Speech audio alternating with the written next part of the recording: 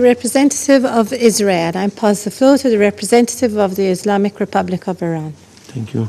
3 negara memanggil kepala diplomatik Teheran buntut serangan Iran ke Israel pada Sabtu 13 April lalu. Sehari setelah Israel dihujani rudal Iran, Inggris, Prancis, dan Yordania memanggil utusan Iran untuk masing-masing negara. 3 negara memanggil kepala misi diplomatik Teheran buntut serangan Iran terhadap Israel pada Sabtu 13 April lalu. Sehari setelah Israel dihujani rudal Iran, Inggris, Prancis, dan Yordania memanggil utusan Iran untuk masing-masing negara. Kementerian Luar Negeri Inggris mengatakan mereka mengutuk keras serangan Iran yang belum pernah terjadi sebelumnya.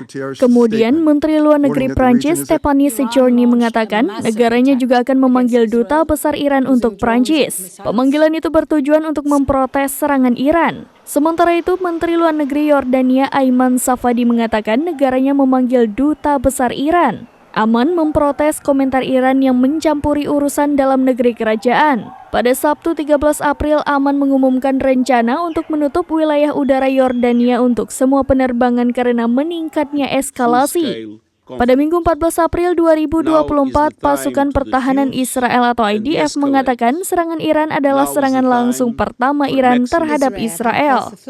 Sekitar 170 drone, 30 rudal jelajah, dan 120 rudal balistik melintas di langit. Namun juru bicara Israel Laksamana Muda Daniel Hagari mengatakan bahwa 99% dari 300 lebih proyektil yang ditembakkan Iran berhasil dicegat.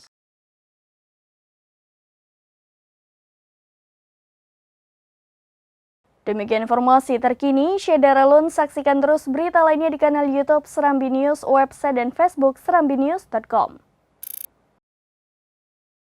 Download Tribun X sekarang, menghadirkan lokal menjadi Indonesia.